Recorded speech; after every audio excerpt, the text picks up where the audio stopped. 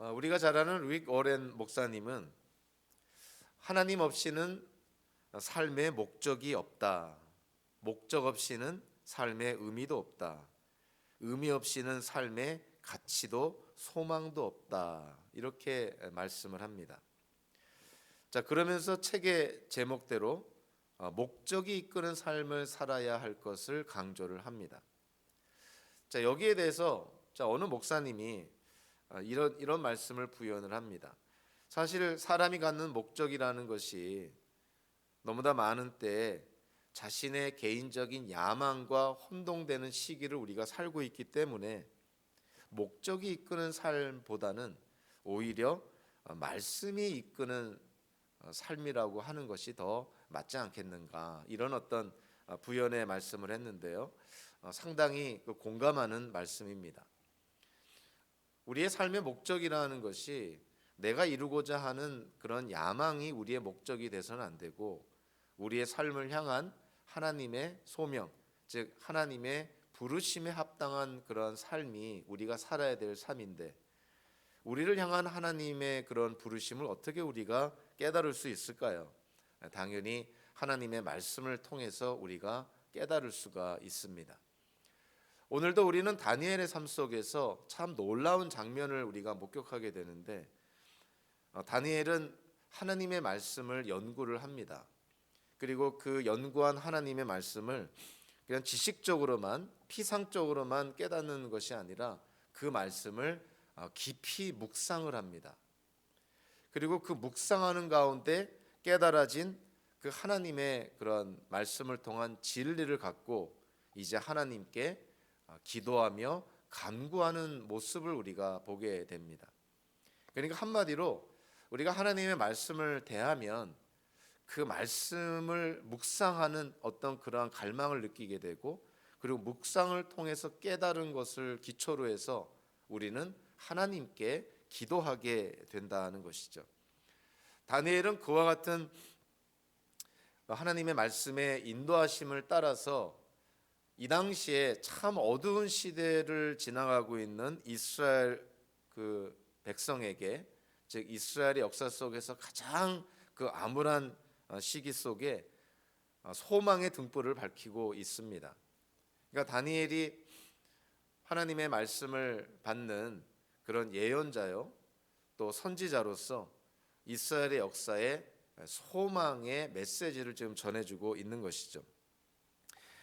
다니엘은 우리가 이 앞의 본문들을 통해서 다른 예언자들보다 훨씬 더 하나님의 그런 능력을 경험한 사람이고, 또 하나님께로부터 여러 환상들을 받아 누리게 되고요, 정말 놀라운 그러한 체험들을 하게 됩니다. 환상도 받고 다른 사람의 꿈도 해석해주고 도무지 알 수 없는 신비한 글자까지도 하나님의 지혜로 그 모든 그 난해한 글자를 다 풀이해주는, 해석해주는 그러한 놀라운 능력을 발휘하게 되죠. 만약에 오늘날의 누군가가 다니엘처럼 이런 여러 환상들을 경험하고 이런 신비한 능력들을 체험했다면 아마 모르긴 해도 주변에서 그 사람을 가만히 내버려 두지 않을 것입니다. 여기저기 초청받고 불려다니고 강연도 하고 세미나도 하고, 자 그러다 보면 자신도 모르는 사이에 우쭐해지고 교만해지고, 그러다가 영적으로 타락해지는 그러한 모습들, 참 기독교 역사 속에서 우리가 많이 보게 되는 것이죠. 자, 그런데 이 다니엘의 삶은 그렇지가 않았습니다.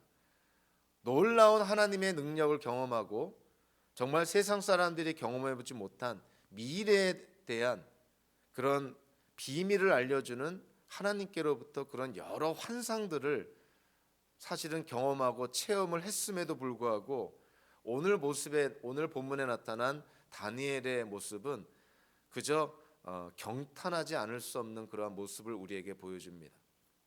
흔히 신비한 경험을 체험하거나 또는 신비한 환상을 경험한 사람들의 모습을 보면 참 안타까운 일이지만 그들의 경험과 체험에 너무 감동을 받아서 그런지 하나님의 말씀이 기록된 이 성경, 즉 객관적인 하나님의 진리인 하나님의 말씀을 소홀히 하는 그러한 모습들을 우리가 많이 보게 됩니다.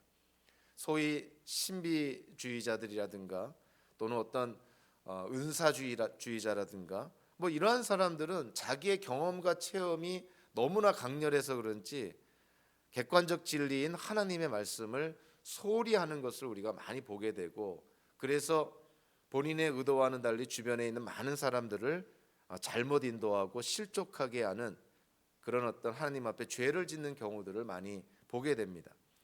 그런데 다니엘은 그렇지 않았다는 거예요.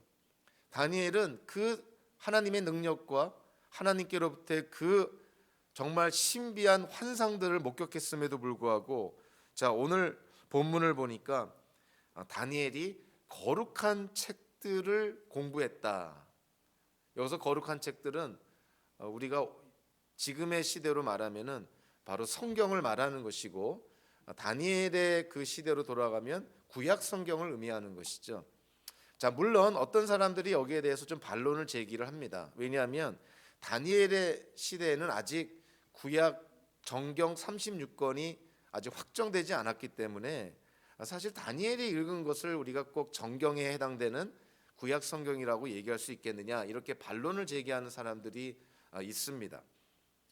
자, 그러나 이스라엘의 백성들은요, 비록 구약의 39권 정경이 확정되기 전이라 할지라도, 예를 들면 출애굽한 이후로부터 모세가 선포하고 또 모세가 기록한 이 모세 오경을 토라라 칭하면서 그것이 권위 있는 하나님의 말씀으로 인정을 하고, 이스라엘 백성들은 그 모세 오경을 하나님의 말씀으로 읽었습니다.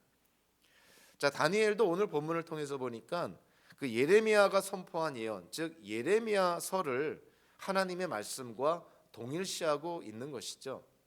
비록 구약 정경이 확정되지는 않았지만 모세 오경이라든가 이전에 하나님께 택함받아 쓰임받은 그런 예언자들이 기록한 그런 예언서들을 후대의 이스라엘 백성들이 하나님의 말씀으로 받아들였다는 것입니다. 신약 시대도 마찬가지인데요. 신약 시대에도 신약 27권의 정경이 확정되기 전에 신약 시대 초대교회 기독교인들은 예수님의 삶과 행적, 가르침을 기록한 복음서나 사도 바울이 기록한 서신서는 처음부터 하나님의 말씀으로 간주하고 그 말씀들을 정경으로 인정을 해서, 초대교회 신자들은 예를 들면 사도 바울의 서신들을 회람 서신처럼 이렇게 돌려가면서 그거를 카피해서 여러 교회로 보내서 함께 공유하면서 그 바울 서신을 하나님의 말씀으로 받아들였다는 것이죠. 그래서 오늘 본문도 보면 다니엘의 그 선임 예언자다 이렇게 볼 수가 있죠. 예레미야 예언자가 기록한 그 예레미야서를 공부하고 묵상을 하다가 놀라운 사실을 깨닫게 됩니다. 자, 오늘 보면 1절과 2절을 보면은 특별히 2절에 나 다니엘은 거룩한 책들을 공부하면서 주님께서 예레미야 예언자에게 하신 말씀 곧 예루살렘이 70년 동안 황폐한 상태로 있을 것을 생각하여 보았다. 특별히 예레미야서 25장 11절과 12절 그리고 예레미야서 29장 10절을 통해서 보면 예레미야 예언자가 무엇을 예언하냐면, 하나님께서 남유다의 그런 죄에 대한 징계로 바벨론에게 멸망을 당하게 하고, 그리고 멸망하고 나서 70년의 유배 생활을 마치고 나면 다시금 이스라엘을 이 가나안 땅 팔레스틴 지역으로 귀환하게 하신다는 그 하나님의 말씀, 그 예언의 말씀을 이 다니엘이 연구하며 묵상하다가 깨닫게 되는 것입니다. 뭘 깨닫게 되냐면, 다니엘이 이 예레미야 예언자가 예언한 그 70년 유배 생활을 묵상하면서 조만간 이 70년이 끝나게 된다는 것을 깨닫게 된 거예요. 이제 하나님께서 이스라엘에게 주신 그런 징계, 70년 동안의 유배 생활이 조만간 끝나게 된다는 것을 다니엘이 이 예레미야 예언서를 이 묵상을 하다가 깨닫게 된 것입니다. 아, 이제 70년의 유배 생활이 얼마 안 남았구나. 그것이 다니엘에게 주는 의미가 뭐냐면 이제 하나님께서 이스라엘 백성들에게 약속한 대로 유배당한 이스라엘 백성들이 가나안 땅 팔레스틴으로 귀환하게 된다는 참 이 가슴 벅찬 그 하나님의 약속을 깨닫게 된 것이죠. 자, 우리는 여기서 현대 기독교계에도 이 다니엘서를 연구하면서 이런저런 그 이론들, 다양한 의견들이 나오는 부분들이 좀 존재하는데요. 특별히 오늘 본문에 나타난 이 70년 유배 생활을 우리가 어떻게 이해하고 해석할 것인가, 여기에 대해서 현대 기독교계에도 우리가 믿을 만한 성경 학자들 가운데서도 좀 다양한 해석이 좀 따릅니다. 이 70년 유배 생활, 즉 예레미야서에 언급된 이 70년 유배 생활을 현대에도 두 가지 방향으로 해석이 가능합니다. 첫째로는 이 70년이라는 기간을 문자적으로 해석하는 거고요. 또 하나는 이 70년이라는 기간을 상징적으로 해석할 수가 있습니다. 문자적으로 해석한다는 것은 말 그대로 70년 유배 생활이 70년 동안 이루어진다는 것이고요. 이 70년을 상징적으로 이해한다는 것은 70년이 꼭 70년을 의미하는 것이 아니라 하나님께서 정해주신 시간을 의미하는 것으로 그렇게 상징적으로 이해한다는 것이죠. 그런데 우리가 이 구약 성경을 통해서 보면 이 문자적인 해석과 상징적인 해석이 이 성경에 다 나오기 때문에 상당히 우리에게는 좀 곤란한 그런 상황이 될 수도 있습니다. 왜냐하면 어떠한 문맥에 이 70년의 유배 생활이 언급이 됐을 때 그 문맥적으로 그 책을 기록한 저자가 이 70년을 어떻게 이해했느냐가 사실은 그 본문을 이해하는데 중요한 단서를 제공하기 때문에 그런 것이죠. 문자적으로 70년을 이해할 때 대체적으로 두 부류로 이해를 합니다. 첫째는요, 이스라엘 백성들이 첫 번째로 바벨론에 유배가 된 것이 이 남유다가 멸망하기 전에, 즉 주전 605년에 1차로 바벨론에 유배가 됩니다. 이때 바벨론에 끌려간 유대인들 가운데 누가 있었냐면 다니엘과 세 친구가 있었어요. 그러니까 다니엘은 남유다가 멸망하기 전인 주전 605년에 이미 바벨론에 끌려갑니다. 그리고 오늘 본문에서 1절에 보니까 어떤 역사적인 배경을 말하고 있는데 메대 족속 아하수에로의 아들 다리우스가 바벨로니아 나라의 왕이 된 첫해. 도대체 이 1절에서 말하는 역사적인 배경은 과연 무엇일까 생각해 보면요, 물론 이 다리우스라는 이름에 대해서도 좀 이해가 분분합니다. 페르시아의 고레스 왕의 또 다른 이름이 다리우스다, 이렇게 이해하는 분도 있고, 여기서 다리우스는 이 고레스 왕의 신하, 즉 부하 장군 가운데 한 명을 가리키는 것이다, 이렇게 이해하기도 하고요. 또 다른 불의의 학자들은 여기서 말하는 다리우스가 페르시아의 다리우스 왕을 의미하는 것이다, 이렇게 이해하기도 합니다. 그런데 오늘 본문을 가만히 들여다보면 이렇게 다양한 해석이 가능한 다리우스라는 이름에 대해서 우리는 이것이 고레스 왕의 또 다른 이름이든 아니면 고레스 왕의 부하 장군 가운데 한 명을 가리키던 간에 이 역사적인 배경이 바벨로니아 나라의 왕이 된 첫해, 즉 바벨론을 멸망하고 난 후 첫해로 분명하게 역사적인 배경을 말하고 있는 것이죠. 그러니까 이 페르시아에서 이 바벨론이 멸망당한 게 주전 539년입니다. 그런데 주전 539년 멸망하고 나서 첫해니까 이 다니엘이 오늘의 이 본문에 나오는 역사적 배경은 주전 538년이 되는 것이죠. 그리고 주전 538년에 그 유명한 고레스 칙령을 통해서 이스라엘 백성들이 1차로 이스라엘 가나안 땅으로 귀환하게 됩니다.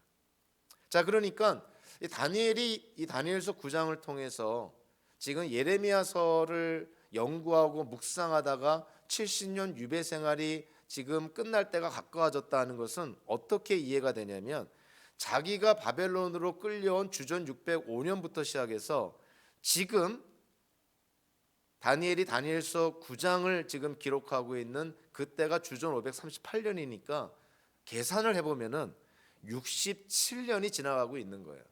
그러니까 70년 유배 생활을 떠올랐을 때 이제 3년, 길어야 4년만 있으면 70년 유배 생활을 마치고 이제 이스라엘 백성들이 가나안 땅으로 그의 고향으로 귀환하게 한다는 그 하나님의 약속의 말씀을 깨닫게 된 것입니다. 그러니까 다니엘이 그 예레미야서의 말씀을 묵상하다가 이 가슴 벅찬 하나님의 그 약속의 말씀을 깨닫게 된 거예요. 아, 이제 70년 유배 생활이 이제 몇 년 안 남았구나.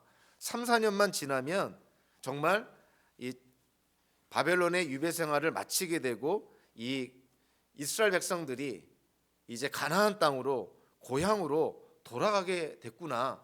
이 놀라운 그 하나님의 약속의 말씀을 이 다니엘이 깨닫게 된 것입니다.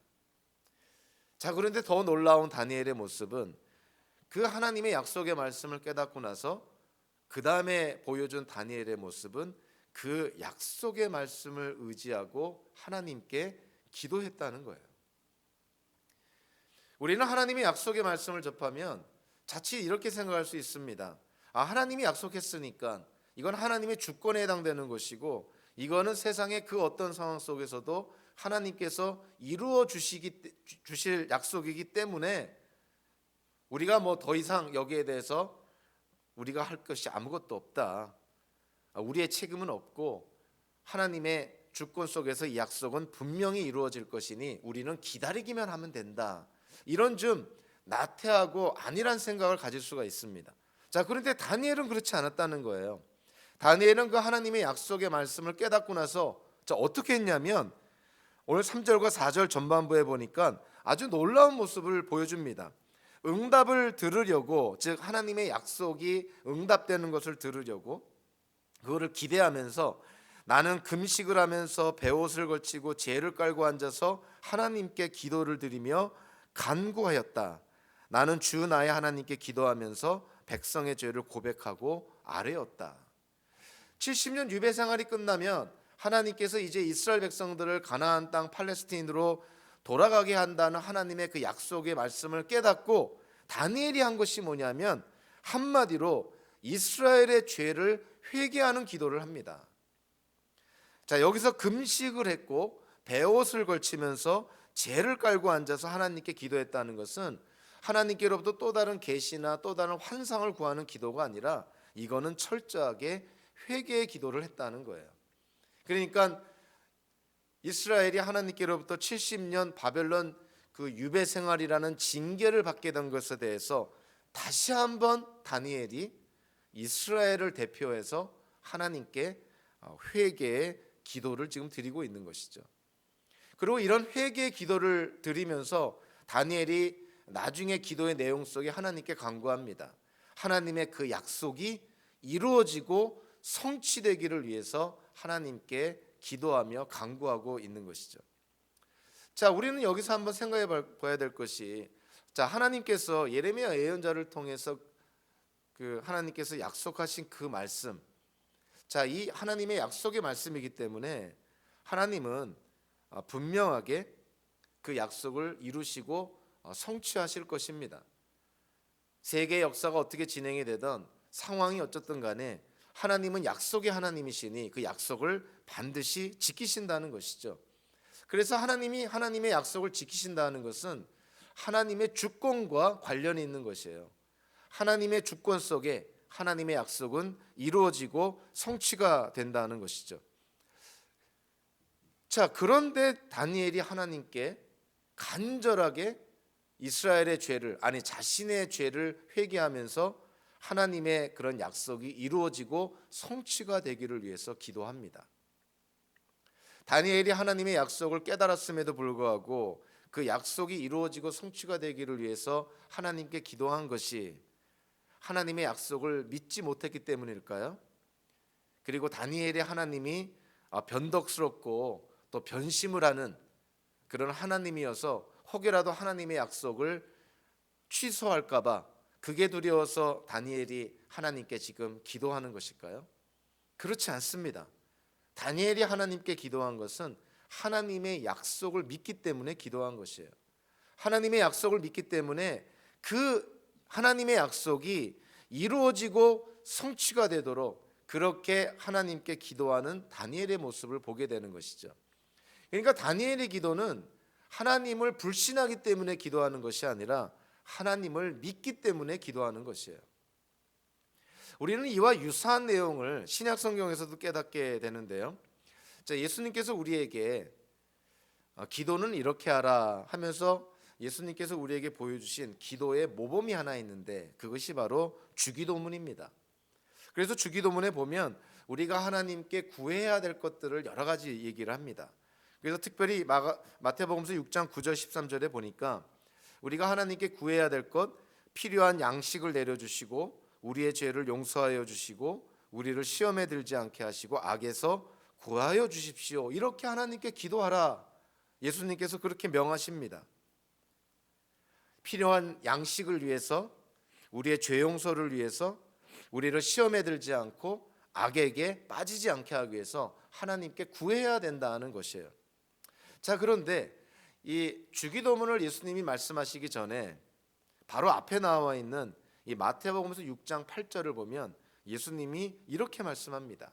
하나님 너희 아버지께서는 너희가 구하기 전에 너희에게 필요한 것이 무엇인지를 알고 계신다. 한마디로 성부 하나님은, 우리가 믿는 하나님은 전지하신 하나님이시라는 거야. 우리의 필요를 우리가 기도하기 이전에, 하나님께 구하기도 전에 하나님은 우리의 필요를 다 아신다는 거예요. 전지하신 하나님이시니 모르는 것이 없다는 것이죠. 자, 그런데 하나님께서 우리의 모든 필요를 아신다고 예수님이 말씀하시고 나서 바로 마태복음서 6장 9절부터 그 유명한 주기도문을 언급을 하십니다. 그렇지만 너희는 이렇게 기도해야 된다 하면서 일용할 양식을 위해서 기도하고 죄 용서를 위해서 기도하고 시험에 빠지지 않고 악에 빠지지 않도록 하나님께 구해야 된다. 자, 예수님의 말씀과 예수님이 우리에게 가르쳐 주신 그 주기도문이 뭔가 좀 모순된다고 생각되지 않으세요? 하나님께서 우리의 모든 것을 아신다고 예수님이 선포합니다. 그러면서 우리 보고 주기도문처럼 기도하라고 말씀하세요. 아니, 하나님이 다 아시는데 왜 우리가 일용할 양식을 구하고 왜 죄사함을 구하고 왜 악에게 빠지지 않도록 하나님께 구하라고 예수님은 말씀하는 것일까? 기도와 관련해서도요, 하나님의 주권과 또 인간의 책임이라는 요소가 존재하는 것이죠. 하나님께서 우리의 필요를 다 아십니다.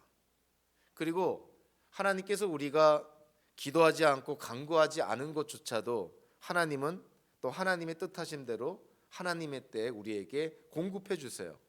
우리가 이 세상을 살면서 누리는 많은 것들이 하나님께 기도하지 않았지만 우리가 누리는 것들이 훨씬 더 많습니다. 하나님이 우리의 필요를 아시기 때문에 우리의 필요를 채워주시는 것이죠. 그것이 하나님의 주권입니다. 자, 그런데 주기도문을 통해서 우리가 깨닫게 되는 것은 뭐냐면 그 하나님의 주권을 인정하고 그 하나님을 우리가 믿음으로 말미암아 우리는 하나님께 기도하며 간구할 책임이 있다는 거예요. 기도할 책임이 우리에게 있다는 것입니다. 자, 우리는 하나님을 하나님으로 인정하며 하나님께 기도하며 간구하며 구해야 된다는 거예요. 그러면 우리의 기도와 간구 또 우리의 필요를 하나님이 보시고 하나님의 주권 속에서 하나님은 우리에게 응답해 주신다는 거예요.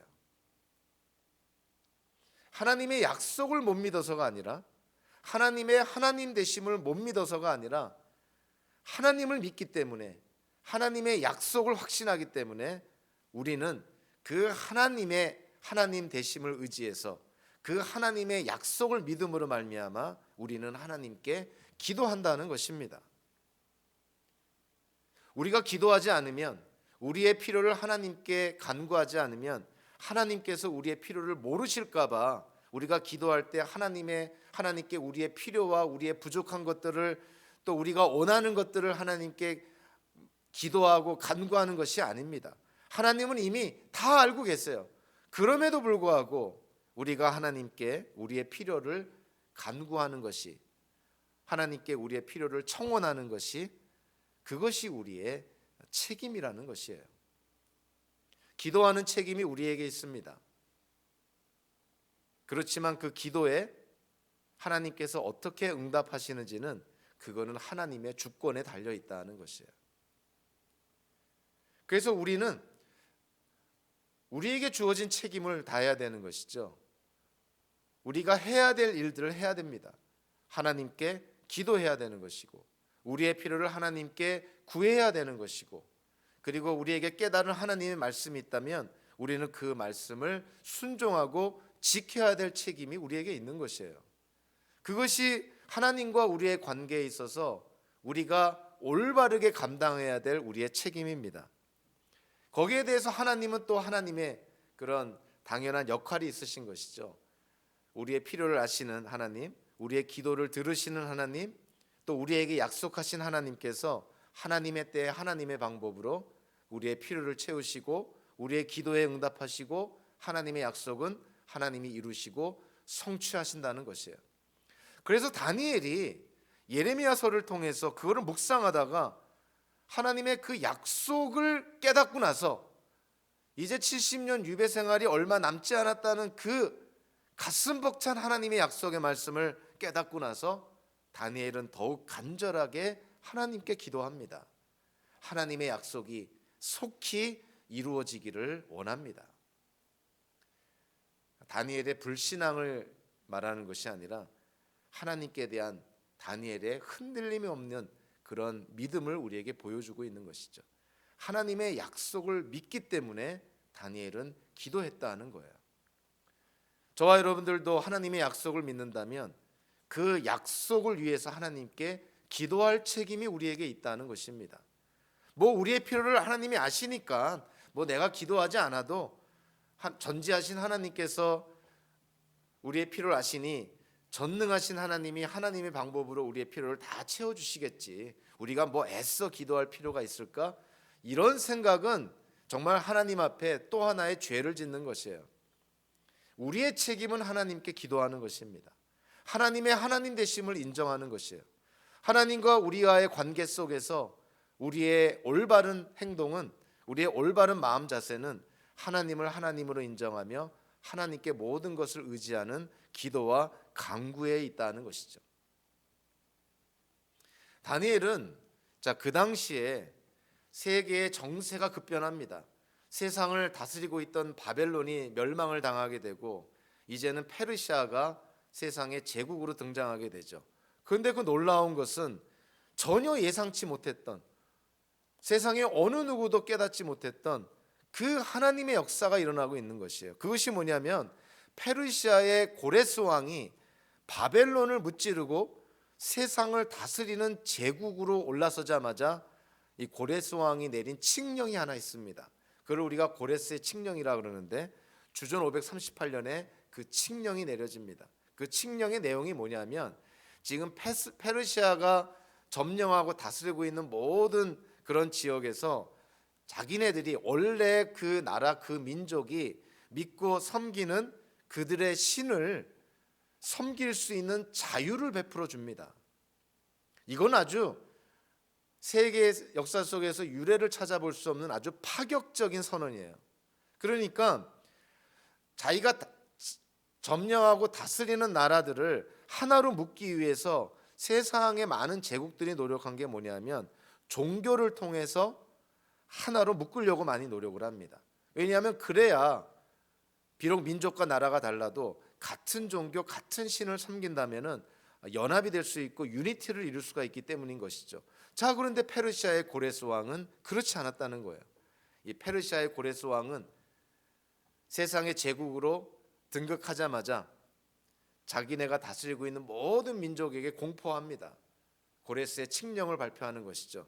너희들이 믿고 섬겼던 그 신을 너희들이 원하는 방식대로 너희들의 신을 섬기고 너희들의 신을 따를 수 있도록 그러한 어떤 그 종교의 자유를 선포하는 고레스 칙령을 발표하게 되는 것이죠. 세계 역사 속에서 세계 최초의 종교 자유 선언서와 같습니다. 너희들이 원하는 종교를 너희들이 가질 수 있다. 이거는 세상의 어느 누구도 예상치 못했던 정말 파격적인 선언이었던 것이죠. 이사야서를 통해서 보니까 이와 같은 이 고레스 왕의 파격적인 선언은 이미 하나님께서 다 예언했던 그런 일이었음을 우리는 이사야서를 통해서 깨닫게 됩니다. 이사야서에서는 아주 직접적으로요, 고레스라는 그런 이름을 언급하면서 하나님께서 이 고레스를 기름 부은 메신저로 삼아 주셨다 말합니다. 즉 비록 이방인의 왕, 페르시아의 왕이지만 하나님의 뜻을 이루고 성취하는 데 있어서 하나님이 그를 기름 부어 하나님의 도구로 삼아 주셨다는 거예요. 그래서 이사야서에서는 고레스라는 이름이 직접적으로 등장을 합니다. 그러니까 고레스가 종교 자유 선언서를 이렇게 선포한 것이 사실은 그가 착해서, 그가 선해서, 그가 뛰어난 사람이었다기보다도 세계 역사를 주장하는 하나님의 손길 안에 그가 놓여 있었기 때문인 것이죠. 자, 어찌됐든 간에 다니엘이 유배 생활이 끝나고 있음을 깨닫고 나서 정말 하나님의 역사하심 속에서 이스라엘이 이제 가나안 땅, 팔레스틴 땅으로 귀환하고 회복하게 될 거라는 것을 이제 깨닫고 나서 다니엘은 하나님께 기도하기 시작을 합니다. 자, 4절 후반부부터 오늘 보면 19절까지 다니엘이 하나님의 그 약속의 말씀에 의지해서 기도한 내용이 묘사되어 있어요. 4절 이 후반부에 자, 다니엘이 어떻게 기도를 시작하냐면 이렇게 기도를 시작합니다. 위대하시고 두려우신 주 하나님, 하나님을 사랑하며 하나님의 계명을 지키는 사람들에게 언약과 인자를 베푸시는 하나님. 자, 다니엘이 하나님의 그 약속의 말씀을 깨닫고 나서 하나님께 기도할 때, 자, 하나님께 기도하는 첫 번째 내용이 뭐냐면 하나님을 찬양하는 내용으로 시작을 합니다. 자, 하나님의 어떠한 부분을 찬양하나요? 하나님은 약속을 지키시는 언약의 하나님이시다는 것을 강조를 합니다. 한마디로 다니엘이 믿는 하나님, 다니엘이 지금 기도하는 하나님, 다니엘이 찬양하는 하나님은 어떤 하나님이시냐면 약속을 지키시는 신실하신 하나님이시다는 거예요. 신실하다, 우리 이전 성경에서는 미쁘다 이런 표현을 쓰죠. 영어로는 faithful하다 이런 뜻입니다. 하나님은 약속만 하시는 분이 아니라 그 약속을 지키시는 참 신실하신 faithful하신 하나님이심을 다니엘이 지금 찬양하고 있는 것이에요. 하나님의 약속을 깨닫고 나서 다니엘이 기도하면서, 자, 표현이 이상하게 들릴지 모르지만 하나님께 하나님이 어떠한 분이신지를 상기시켜 줍니다. 하나님은 약속만 하시는 분이 아니라 약속을 지키시는 신실하신 하나님이 아닙니까? 이렇게 기도가 시작이 되는 거예요.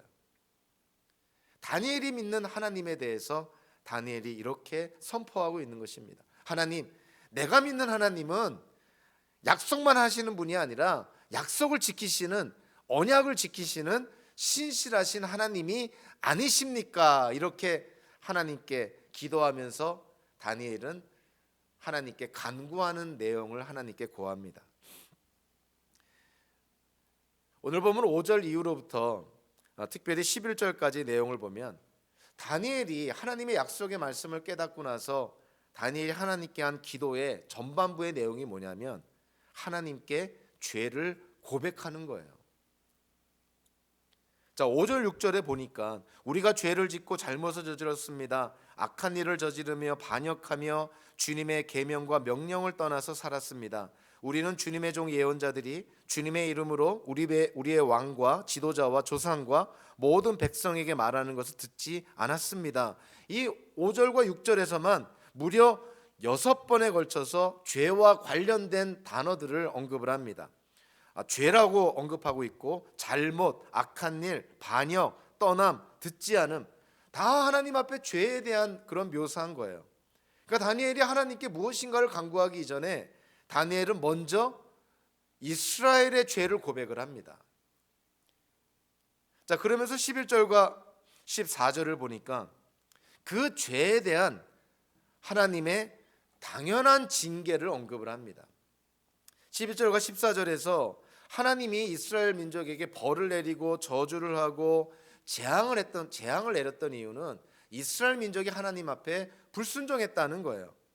한마디로 이스라엘 민족이 지금 바벨론의 70년 유배 생활을 하게 된 것은 다름 아닌 자업자득이라는 거예요. 이스라엘이 불순종하고 하나님께 죄를 지었기 때문에 하나님의 징계를 받아 마땅하다는 것입니다. 자, 이 다니엘이 하나님께 무엇인가를 간구하기 전에, 하나님의 약속이 이루어지고 성취가 되기를 구하기 전에 다니엘은 먼저 이스라엘의 죄를 고백하고 그 이스라엘의 죄에 대한 하나님의 징계가 공의롭고 정의롭다는 것을 선포를 합니다. 그러니까 70년 유배 생활을 당하는 것, 당해도 싸다 이거예요. 이스라엘의 조상들이 하나님 앞에 그런 죄를 지었다는 것입니다. 자, 그래서 오늘 보면 14절에 보니까 다니엘이 이렇게 말합니다. 주님께서 재앙을 간직해 두셨다가 우리에게 미치게 하신 것은 주 우리 하나님이 하시는 모든 일은 의로우신데 우리가 말씀에 순종하지 않은 까닭입니다. 다르게 말하면 우리가 말씀에 순종하지 않았다는 것은 우리가 하나님께 죄를 지었다는 것이고, 그 우리가 하나님께 죄를 지은 것에 대해서 하나님께서 우리에게 재앙을 내리신 것은 하나님의 어떠한 속성 때문이라는 거예요. 하나님이 의로우시기 때문에 그렇다는 거예요. 하나님은 정의롭고 공의로우신 분이시니 죄를 간과하지 않으시고 죄에 대해서 징계하시는 분이 하나님이시다는 거예요. 그래서 다니엘이 하나님께 쓴 마음으로 기도하는 것이 아닙니다. 이스라엘 민족에게 왜 하나님이 70년 유배 생활을 내렸는지에 대해서 하나님께 불평하는 것이 아니에요. 다니엘은 아주 진실되게 말합니다. 이스라엘이 하나님께 죄를 지었기 때문에 하나님께로부터 70년 유배 생활이라는 그런 재앙, 징계를 받는 것은 하나님의 정의와 공의의 속성에 비춰보면 당연한 거라는 거예요. 다르게 말하면 하나님께서 바르게 행하셨다는 것을 지금 이 다니엘이 말하고 있습니다. 우리가 그러한 징계를 받아 마땅합니다. 하나님은 공의로우시고 정의로우신 분이기 때문에 우리에게 징계를 내리시는 것은 하나님의 속성에 합당한 것입니다. 이렇게 지금 말하고 있는 것이죠. 우리 기독교인들도 예수님의 십자가의 사건을 바라볼 때 우리도 모르는 사이에 너무 한쪽으로만 바라보는 성향이 있습니다. 즉 예수님의 대속의 죽음으로 말미암아 하나님께서 우리의 죄를 용서해 주시고 또 진노의 대상이었던 죄인이었던 우리에게 하나님께서 긍휼과 자비를 베풀어 주시는구나. 이렇게 하나님에 대해서 은혜로우시고 긍휼과 자비가 많으신 우리를 용서하시는 그러한 하나님이라는 측면만으로 바라보는 성향이 있습니다. 자, 그런데 예수님의 십자가의 사건은요, 죄인인 우리를 향한 하나님의 용서와 사랑만 나타나는 것이 아니에요. 십자가의 사건은 그 이전에 죄에 대한 하나님의 징계를 나타냅니다. 자, 예수님께서 왜 우리를 대신하여 십자가상에서 대속의 죽음을 당하셨냐면 죄에 대한 책임을 예수님이 대신 짊어지신 것이에요. 그러니까 십자가상에서는 죄를 징계하시는 하나님의 공의로움과 죄인을 용서하시는 하나님의 사랑이 한꺼번에 등장을 합니다. 그래서 우리가 십자가를 바라볼 때 이렇게 균형 잡힌 시각이 필요해요. 하나님은 사랑의 하나님이시구나. 이 한 가지 측면만을 생각할 것이 아니라 하나님은 죄를 징계하시는 공의의 하나님이시면서 그럼에도 불구하고 죄인들을 용서하시는 사랑의 하나님이시다는 사실을 함께 균형 있게 바라봐야 된다는 것이에요. 다니엘이 하나님께 그렇게 기도합니다. 하나님, 우리의 조상이, 다니엘이 우리라는 표현을 통해서 자기까지도 포함시켜요. 이스라엘이 하나님께 죄를 지었습니다. 솔직하게 인정을 하면서 그 죄에 대해서 하나님께서 우리에게 재앙을 내리신 것, 구체적으로는 70년 그런 유배 생활을 허락한 것은 하나님의 의로우신 속성에 비춰보면 당연한 것입니다. 우리가 거기에 대해서 할 말이 없습니다. 이런 것이에요. 그러한 이스라엘의 죄에 대한 그런 회개를 언급을 하고요. 그리고 하나님의 그런 징계에 대해서 언급을 하고 나서 오늘 본문 15절로부터 19절까지 마침내 다니엘이 하나님께 간구합니다. 이스라엘이 죄를 지었고 죄에 대한 하나님의 징계가 정의롭고 공의롭습니다. 그렇지만 하나님, 우리에게 하나님의 긍휼과 자비를 베풀어 주십시오. 이렇게 지금 기도합니다. 자, 15절에서 하나님께 기도할 때 아까 그 다니엘이 이스라엘의 죄와 하나님의 징계에 대한 언급을 하기 전에 4절 후반부에 하나님은 언약을 지키시고 약속을 지키시는 신실한 하나님이시라고 언급을 하면서 회개와 하나님의 공의로움을 언급을 했잖아요. 근데 15절에서 보면 다니엘이 하나님께 간구하는 내용을 말하기 전에 하나님의 또 다른 측면을 언급을 합니다. 15절에 이렇게 말하기 시작을 합니다. 강한 손으로 주님의 백성을 이집트 땅에서 인도하여 내시고 오늘과 같은 명성을 얻으신 주 우리 하나님, 우리가 죄를 짓고 악한 일을 저질렀습니다. 자, 여기서 다니엘이 그 15절에서 언급한 하나님은 어떤 하나님입니까? 이스라엘 민족을 이집트에서 탈출시키고 해방시킨, 즉 출애굽을 허락하신 하나님을 강조합니다. 자, 이스라엘 민족의 정체성, 자, 이스라엘이 어떠한 나라인가? 그 시작은 사실 출애굽이라는 사건으로부터 시작이 되는 거예요. 그러니까 하나님과 이스라엘과의 그런 관계 속에서 가장 기초가 되고 기본이 되는 가장 핵심적인 그런 토대가 되는 사건이 뭐냐면 바로 출애굽이라는 사건인 거예요. 하나님께서 우리를 이집트에서 탈출시키시고 해방시키셔서 우리에게 하나님의 율법을 주시고 또 아브라함에게 약속한, 조상에게 약속한 가나안 땅을 우리에게 주셔서 이스라엘이라는 나라를 허락해 주지 않으셨습니까? 지금 다니엘이 하나님께, 하나님은 우리에게 출애굽을 허락하신 하나님이 아니시냐고 이렇게 하나님께 말씀을 합니다. 하나님은 신실하신 하나님이실 뿐만이 아니라 우리 이스라엘 민족을 해방시키고 이스라엘이란 나라를 세우신 하나님이 아니시냐, 이렇게 지금 말씀하는 거예요. 그리고 나서 오늘 보면 16절, 17절, 18절을 통해서 다니엘은 하나님께 간구합니다. 16절에 보니까 이스라엘 민족에게 임한 하나님의 분노를 떠나게 해달라고 간구를 합니다. 17절을 보니까 주님의 성전을 복구해 달라고 기도합니다. 그리고 18절에 보니까 다니엘이 이와 같이 하나님께 간구하는 것은 자기네들이 이스라엘 백성이 아니 다니엘이 의로워서가 아니라 하나님의 긍휼과 자비에 의지해서 하나님께 간구한다는 것을 강조를 합니다. 그러니까 다니엘이 이스라엘의 죄를 정직하게 고백을 하고 회개하면서 하나님의 징계와 하나님의 재앙이 공의롭고 정의롭다는 걸 인정을 하면서 하나님의 신실하심과 출애굽을 허락하신 그 하나님에 의지해서 다니엘이 간구를 합니다. 하나님의 진노를 떠나게 해달라고, 그리고 하나님의 성전을 회복시켜 달라고. 이와 같은 것들은 하나님의 긍휼과 자비의 기초에서 구하는 것이라고 다니엘이 그렇게 기도를 합니다. 아브라함 헤셀이라는 분은요, 기도에 대해서 다음과 같이 얘기를 합니다. 기도란 자신을 잊고 하나님을 주목하는 것이고, 처음에는 빵을 위해서 기도했으나 점점 우리의 마음은 단 한 가지, 배고픔도 빵도 아닌 가장 중요한 한 가지, 바로 하나님의 자비를 향해 달려가게 만드는 것, 그것이 바로 기도라는 것이죠. 그러니까 다니엘이 금식하며 정말 죄를 뒤집어 쓰면서 그 회개의 기도를 하면서 다니엘이 구한 것은 뭐냐면은 하나님의 자비와 긍휼을 구합니다. 자, 70년의 유배 생활이 조만간에 마치게 되는 하나님의 약속이 이제 조만간 이루어지고 성취된다는 하나님의 약속을 깨닫고 다니엘은 하나님께 기도합니다. 이 모든 것을 이루실 수 있는 분은 하나님 한 분만이라고 얘기를 하는 것이죠.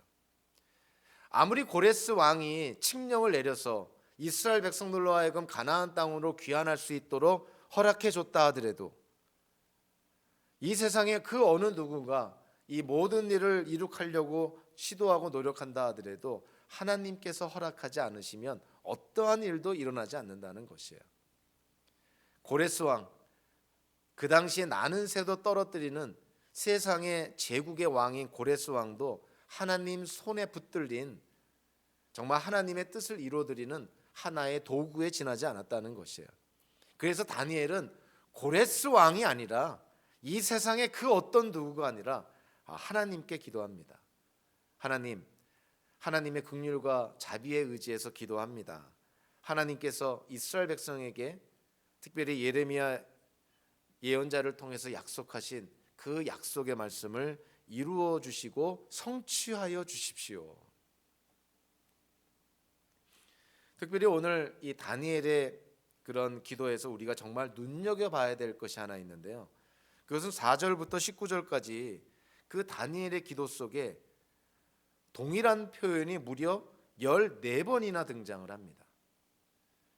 도대체 14번이나 다니엘이 그의 기도 속에서 강조했던 표현이 뭘까요? 그것은 바로 1인칭 복수형에 해당되는 표현인데요. 우리라는 표현입니다. 우리. 다니엘이 이스라엘의 죄를 회개할 때에도 우리가 죄를 지었다고 고백을 합니다. 자, 여러분들, 우리라는 표현을 썼을 때 다니엘이 기도 속에서 우리라는 표현을 썼을 때 뭘 의미하냐면 이스라엘의 조상들이 지은 죄를 회개하면서 그 이스라엘의 조상들이 지은 죄의 책임에 우리라는 표현을 통해서 다니엘 자신도 포함시키고 있어요. 자, 여러분들, 다니엘 시대에 지금 바벨론의 포로로 잡혀온 가나안 땅 이스라엘에 남아있는 이스라엘 백성들 전체를 포함해서 가장 경건하고 가장 하나님의 뜻에 합당하게 살고 있는 사람을 뽑으라면 다니엘을 뽑아야 될 것입니다. 근데 그 다니엘이 지금 이스라엘이 멸망을 당하고 하나님의 재앙 속에서 70년 유배 생활을 당하고 있음을 지금 이스라엘의 죄에 대한 고백을 하면서 그 이스라엘의 죄에 대한 책임에 다니엘 자신을 포함시키고 있다는 거예요. 이러한 다니엘의 그 영향 때문일까요? 에스라가 하나님께 이스라엘의 죄를 고백할 때에도 에스라 자신을 포함해서 우리라는 표현을 씁니다. 자, 느헤미야도요, 이스라엘의 죄를 고백할 때 우리라는 표현을 씁니다. 다니엘이나 에스라나 느헤미야나 이스라엘의 죄를 하나님께 고백하며 회개할 때 실질적으로 그들과 관계없는 죄에 대한 고백을 할 때에도 다니엘도 에스라도 느헤미야도 우리라는 표현을 통해서 자기 자신을 죄를 지은 이스라엘에 포함시키고 있는 것이죠. 자, 우리가 다니엘의 기도, 에스라의 기도, 느헤미야의 기도를 통해서 우리가 하나님께 기도할 때 배워야 될 점이 뭘까요? 자, 그것은 다름 아니라 죄에 대한 공동체 의식이라는 거예요. 비록 내가 지은 죄는 아니지만, 내가 직접적인 그 죄를 지은 당사자는 아니지만 이스라엘 민족의 죄를 하나님 앞에 고백하고 회개할 때 다니엘, 에스라, 느헤미야는 자기 자신을 포함해서 이스라엘의 죄에 대한 공동체 의식을 갖고 기도를 합니다. 한마디로 지금 이스라엘이 하나님의 그 죄에 대한 징계로 말미암아 70년 유배 생활을 당하는 것에 대해서 우리가 한번 상식적으로 이성적으로 생각하면 조상들을 다니엘 입장에서 이와 같은 바벨론의 유배 생활을 하게끔 실질적인 책임이 있는 이스라엘의 조상들에 대해서 손가락질하고요, 그들을 비난하고 그들에게 책임 전가할 수 있습니다. 얼마든지 우리가 객관적으로 합리적으로 그렇게 생각하면 얼마든지 그럴 수 있어요. 왜? 당연한 것 아닙니까? 자, 그런데 이 다니엘은 그렇지 않았다는 거예요. 다니엘은 이스라엘의 조상들을 비난하고 손가락질하고 지금 70년 유배 생활에 대한 책임이 그들에게 있다고 그들을 경멸하지 않습니다. 오히려 그들이 지은 죄에 대해서 자기 자신도 책임이 있다고 그렇게 죄에 대해서 공동체 의식을 지금 표현하고 있는 것이죠.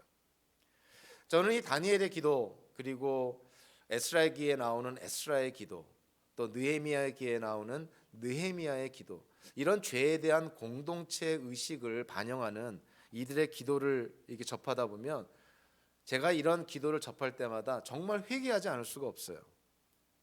아니, 우리 모든 현대 기독교인들이 이 부분에 대해서 정말 회개해야 된다고 생각을 합니다.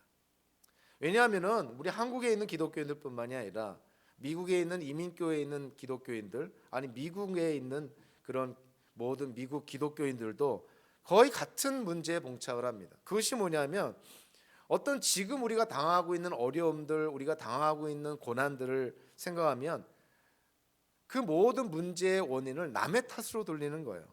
다른 사람의 죄를 정죄하고 다른 사람을 비난하고 다른 사람에게 모든 책임이 있다는 그런 식으로 비난하고 비판을 합니다.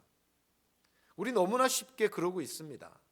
한국의 기독교가 이렇게 망해가고 있는 것에 대해서 같은 기독교인으로서 죄에 대한 공동체 의식을 느끼기보다는 우리도 모르는 사이에 비판하고 비난하고 손가락질하죠. 그러나 다니엘은, 에스라는, 느헤미야는 그렇지 않았다는 거예요. 조상들의 죄로 말미암아 그들이 지금 남의 나라에 와서 정복당한 그런 어떤 피지배인으로서, 포로민으로서 정말 고난과 고통과 경멸과 온갖 박해를 받고 있음에도 불구하고 다니엘, 에스라, 느헤미야는 이스라엘의 조상들을 비난하기보다 그들이 지은 죄에 대해서 공동체 의식을 표현하고 있습니다. 우리도 그래야 된다는 것이죠. 한국이든 미국이든 기독교가 기독교로서, 교회가 교회로서, 또 교인이 교인으로서, 기독교인으로서 책임을 다하지 않고 오히려 세상에 지탄을 받는 행동들, 정말 상식 밖의 그런 행동들을 바라보면서 우리도 모르는 사이에 그들을 비난하고 손가락질하고 정죄하면서 자신의 의로움을 나타내는 경우가 왜 없겠습니까? 그러니까 남을 비난하고 남을 비판하고 남을 정죄하면서 그런 의도는 아니었지만 우리도 모르는 사이에 우리의 마음 한구석에는 내가 저들보다 낫지 않느냐, 내가 저들보다 좀 의롭지 않느냐, 내가 저들보다 좀 거룩하지 않느냐, 이런 자기 의로움에 빠지는 그런 죄를 지을 수 있다는 것이에요. 그래서 우리가 무엇인가를 또는 누군가를 비판하고 또는 비난하고 정죄하려고 할 때는 한 번쯤은 생각해 봐야 된다는 것이죠. 내가 그런 비난과 그런 정죄와 그들을 손가락질을 만한 그런 자격이 되는가? 내 삶은, 내 신앙은 과연 그럴 만한 자격이 되는가? 과연 나는 그렇게 하나님 앞에 떳떳한가? 한번 생각해 봐야 된다는 것이죠. 자, 그래서 오늘 다니엘의 기도를 우리가 본받을 필요가 있습니다. 이스라엘의 조상들을, 다른 사람들을 손가락질하고 정죄하기보다는 오히려 그들과 함께 공동체 의식을 갖고 현대 기독교계가 지은, 현대 교회가 지은, 현대 기독교인들이 어느 특정한 자들이 지은 죄에 대해서 우리가 함께 아파하고 함께 하나님께 회개의 기도를 드려야 되지 않을까. 우리는 오늘 본문을 통해서 이 다니엘의 삶을 정말 우리가 좀 본받을 필요가 있습니다. 물론 다니엘의 삶의 기초는 하나님의 은혜요, 긍휼과 자비임에 분명합니다. 그럼에도 불구하고 다니엘은 정말 그의 삶 속에서 스스로 노력하고 책임감을 갖고 정말 최선을 다해서 하나님의 말씀에 헌신하는 그러한 모습을 보게 됩니다. 우리도 오늘 다니엘처럼요, 우리에게 주어지는 선물처럼 주어지는 매일매일의 삶을 하나님의 말씀을 피는 것으로부터 시작을 했으면 좋겠습니다. 하나님의 말씀을 펴서 하나님의 말씀을 읽고, 그리고 그 말씀을 통해서 우리에게 깨달아지는 것이 있다면 그 말씀을 한번 우리가 묵상하며 우리의 삶에 적용해야 될 것이고, 자, 그리고 그 하나님의 약속의 말씀을 붙들고 우리는 하나님께 기도해야 되는 것이죠.